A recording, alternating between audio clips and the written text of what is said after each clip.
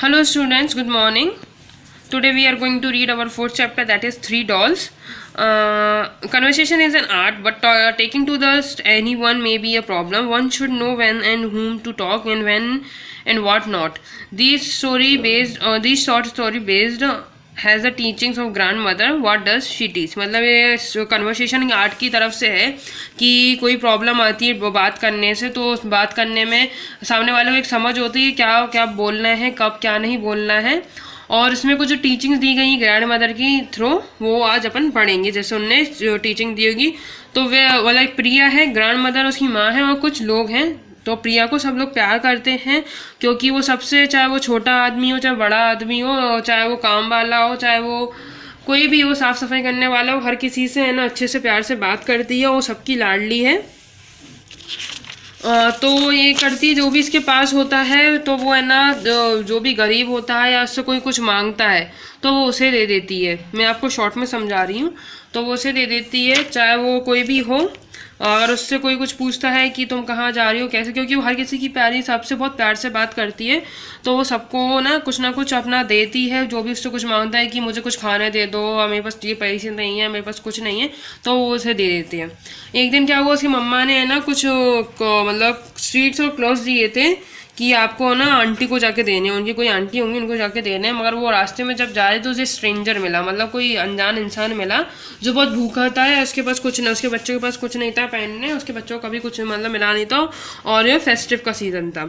तो उसके पास जो मिठाई और क्लोथ्स थे उसने क्या कर दिया, उसको दे दिया। तो फिर वो जब खाली हाथ लौट के आई वापस, तो कि मम्मा बोलती हैं कि तुम कहाँ दिए, तुम मतलब क्या तुम खाली हाथ क्यों लौट के आई हो, तुमने किसको क्या दिया।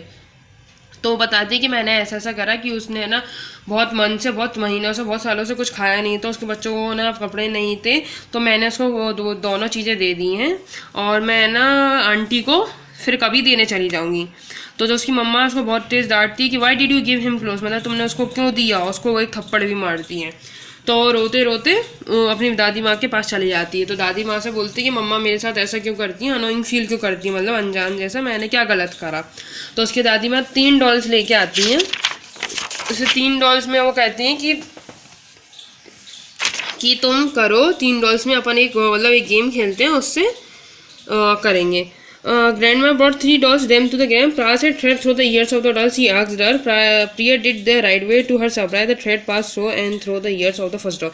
तो उसकी ग्रैंडमा बोलती हैं कि है ना ईयर्स डॉल के जो कान है उनके में से आप धागे को एक कान से दूसरे कान में डालो, मतलब एक कान से दूसरे कान से निकालो, सॉरी। तो वो ऐसे करती है। पहली वाली में जब वो डालती है तो एक कान से दूसरे कान से वो बाहर निकल जाता है। जब वो सेकेंड वाले पे आती है तो क्या होता है, तो जब वो दूसरे अंदर ही अंदर एक कान में जाते हो तो अंदर ही अंदर कल हो जाता है। तो वो बोलती कि फर्स्ट वाले में क्या बोलती, this type of person who listen home 1 year latest pass, मतलब एक कान से सुनते हैं पहली वाली डॉल में, वो दूसरे कान से निकाल देते हैं। दूसरे में बोलती हैं ये लोग ऐसे होते हैं जो मतलब this type of person that speak whatever he heard, मतलब जो भी सुनते हैं वो सारा स्पीक कर देते हैं, मतलब बोल देते हैं। Priya was anxious to know what happen to the last doll. वो है ना मतलब उसको क्यूरियोसिटी थी जानने की कि क्या नेक्स्ट लास्ट जो डॉल है उसमें क्या होना चाहिए। तो जैसे वो डालती है धागा, the thread did not come out from the doll, मतलब जो जैसे धागा डालती है तो उसके में से आता ही नहीं। This person is a type the only listen in slender speak, मतलब कि वो सुनते हैं और नॉट ऑफन, मतलब बहुत कम बोलते हैं, मतलब नॉर्मली बात करते हैं। They what kind of person is the best human asked perplexed by Priya. तो फिर what kind of person best human, तो प्रिया बोलती है सबसे अच्छा इंसान कौन था, बेस्ट ह्यूमन, कि वो किस तरीके स्पीक करता है।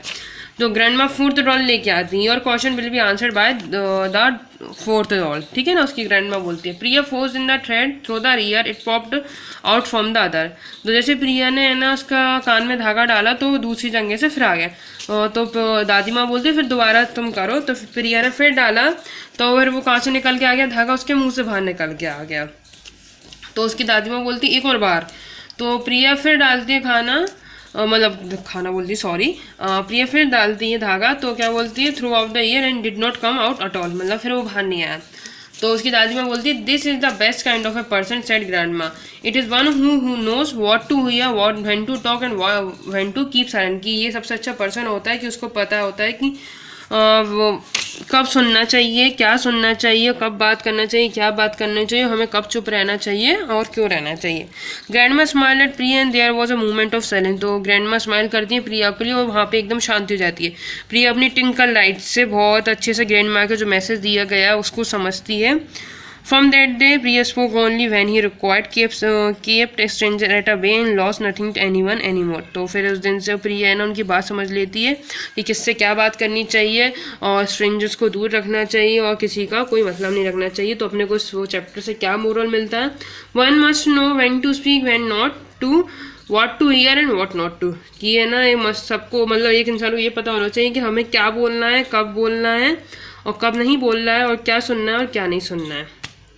Okay, come to the Verde.